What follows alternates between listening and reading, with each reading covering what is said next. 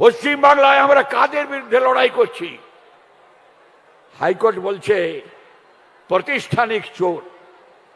হাইকোর্টের প্রধান বিচারপতি তার সংবিধান আর কনস্টিটিউশনাল বেঞ্চ বলছে প্রাতিষ্ঠানিক চুরি হয়েছে। সিবিআই, ইডি তাদের যাদের যাদের প্রয়োজন হবে তাদেরকে কাস্টডিতে নিয়ে আপনার এক্সামিন করে প্রকৃত চুরি কারা করেছে তাদের বের করে দিতে হবে। আজকে সুপ্রিম কোর্ট বলছে এর রায় পছন্দ হলো না। 26,000 ছেলে মেয়ের চাকরি চলে গেল। আপনারা জানেন এ 26,000 ছেলে মেয়েকে জল আছে, ভালো ছেলে আছে। মোদিজি কলকাতায় এলেন, আমাদের নেতা প্রদেশ সভাপতি সুকান্তকে বললেন তুমি উপযুক্ত লয়ার সুপ্রিম কোর্টে দিয়ে উপযুক্ত ছেলে মেয়ের যাতে চাকরি না যায় তুমি তার ব্যবস্থা করো, আপিল করো সুপ্রিম কোর্টে।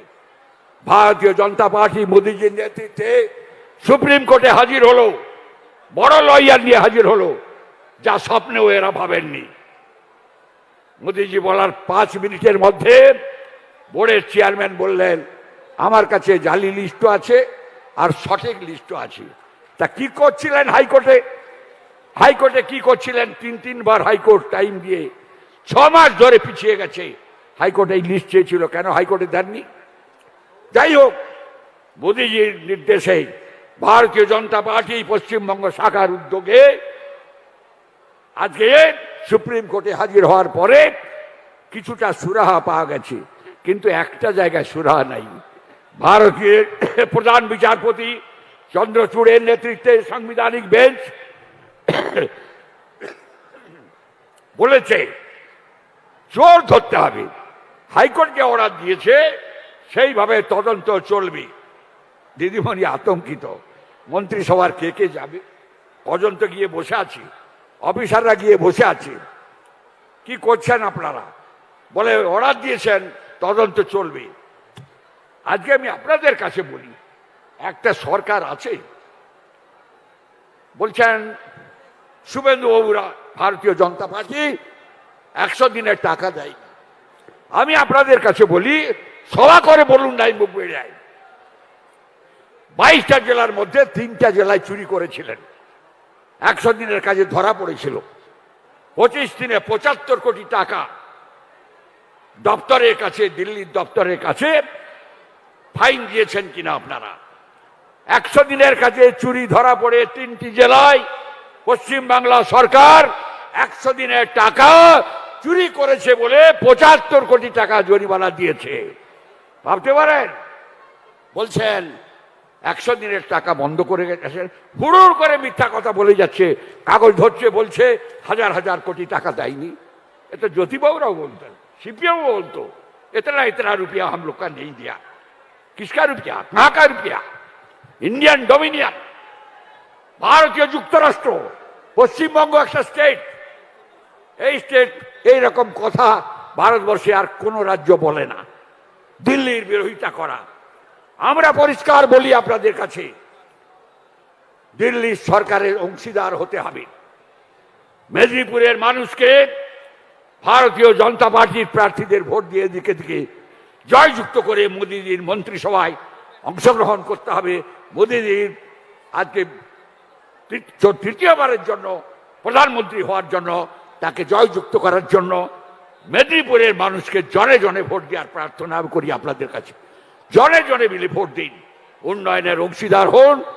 এই চোর ডাকাত যাদেরকে হাইকোর্ট বলেছে, সুপ্রিম কোর্ট বলেছে চুরিতে ধরা পড়েছে, এখন পর্যন্ত প্রায় 4000 কোটি টাকা। মোদিজি বলেন ইডি সিবিআই তারা জমি জায়গা বিক্রি করে, স্থাবর বিক্রি করে, টাকা কড়ি বিক্রি করে নিয়ে এসছে। আপনাদের সাদের কালীঘাটের লিপস অ্যান্ড বাউন্স, সাদের পার্টি নিয়ে এখনো যারা ফুঁকছেন, পোড়া বিড়ির শেষ টান মারছেন, আর কিছু পুলিশের অফিসার, আমি সবকে বলি না, এরা বউ বাচ্চা রেখে এসছে, ওরা প্রত্যাশা করছে ভালো পোস্টিং হবে, আমি এদেরকে তুষ্ট করলে ভালো লুটপাট করে নিয়ে বাড়ি নিয়ে যেতে পারবো। এদেরকেও আমরা বলি স্মরণ করে, দয়া করে আমরা নন্দীগ্রাম লড়াই করেছি, আমরা নন্দীগ্রাম লড়াই করেছি, এই জেলার মানুষ লড়াই করেছে, শুভেন্দুবাবুর নেতৃত্বে লড়াই হয়েছে। সেই লড়াইয়ের অংশ নেওয়ার, নেতৃত্ব নেওয়ার অধিকার বই লিখে অনেক বক্তা, অনেক প্রবক্তা, কলকাতার মানুষ বই লিখে পয়সা রোজগার করেছেন। কিন্তু নন্দীগ্রাম যুদ্ধ কারা করেছে নন্দীগ্রামের মানুষ জানে। নন্দীগ্রাম যুদ্ধ কারা করেছে নন্দীগ্রামের মানুষ দিদিমণিকে উত্তর দিয়েছে, আবার উত্তর দিবে, কালে ভদ্রে আবার পাবেন, নিশ্চয় উত্তর পাবেন। আমি প্রণাম জানাই মেদিনীপুরের মানুষকে। 1942 সালে খড়গাদায় দারোগাকে ঢুকিয়ে আগুন লাগিয়েছিল নন্দীগ্রাম। ভূমি আন্দোলনের শ্রেষ্ঠ ভূমি, শ্রেষ্ঠ লড়াই নন্দীগ্রাম, এবং তার নেতা শুভেন্দু অধিকারী। এ সম্পর্কে বুঝবার কিছু নাই, লুকাবার কিছু নাই। যত বড়াই করুন দিদিমণি, ও আটপৌরের শাড়ি, টালির বাড়ি, দিদিমণি হার বিক্রি করে পরীক্ষা। বীরভূমের কেষ্ট কোথায়? কই মাছ, লাঠা মাছ, চ্যাং মাছ বেচতো। মামা বাড়ি ডান দিকে, বাঁ দিকে মামা বাড়ি, বাঁ দিকে কেষ্টর বাড়ি।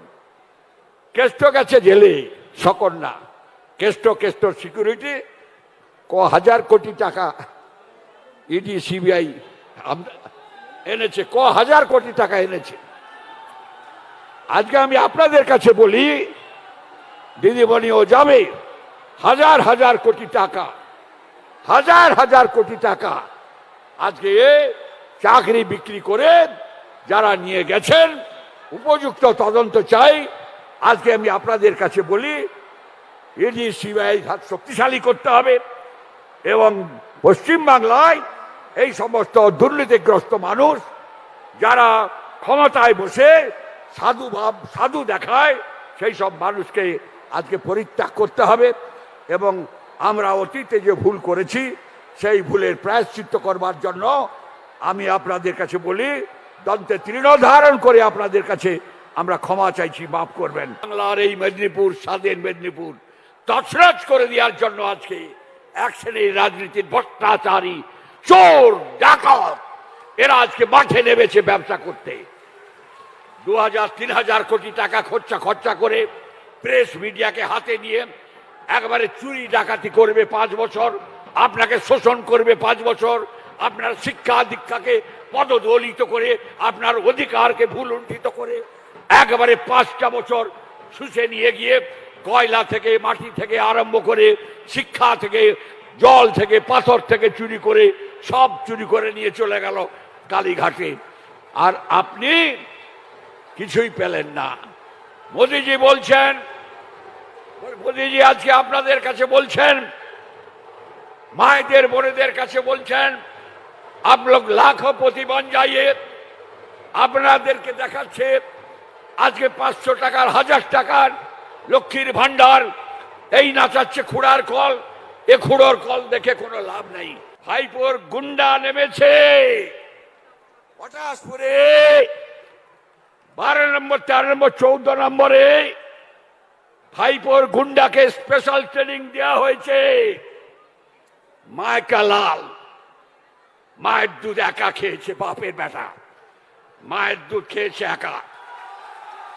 মুখবেড়িয়ার মাটি বীর বিপ্লবের মাটি। আওয়াজ তুলুন, ভোট কেন্দ্রে পৌঁছান। মিলিটারি, অতিরিক্ত মিলিটারি তারা প্রস্তুত আছে।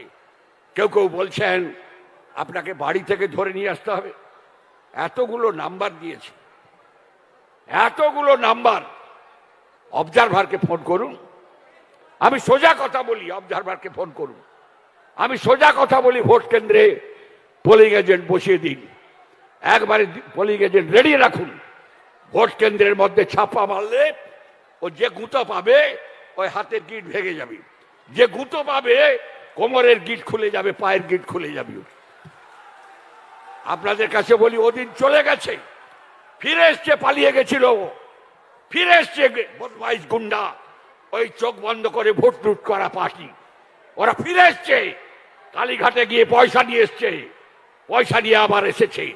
আমরা রেডি আছি। আমি আপনাদের কাছে বলি, মানসিকভাবে আপনাদের, আমরা মুখবাড়িয়ার মানুষ, ভূপতিনগরের মানুষ, অর্জুননগর বড়জের মানুষ, আমাদের খেজুরির মানুষ, আমাদের উত্তরকাছির মানুষ, আপনারা জেনে রাখুন আমরা প্রস্তুত।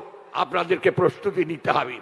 মা বোনদের কাছে বলি, একবারে ঐক্যবদ্ধভাবে ভোট কেন্দ্রে পৌঁছান। মোদীজির কর্মসূচি ঘরে ঘরে বলুন, বক্তৃতা নয়। আমি করজোড়ে নিবেদন করছি, কিছু পাইনি আমরা।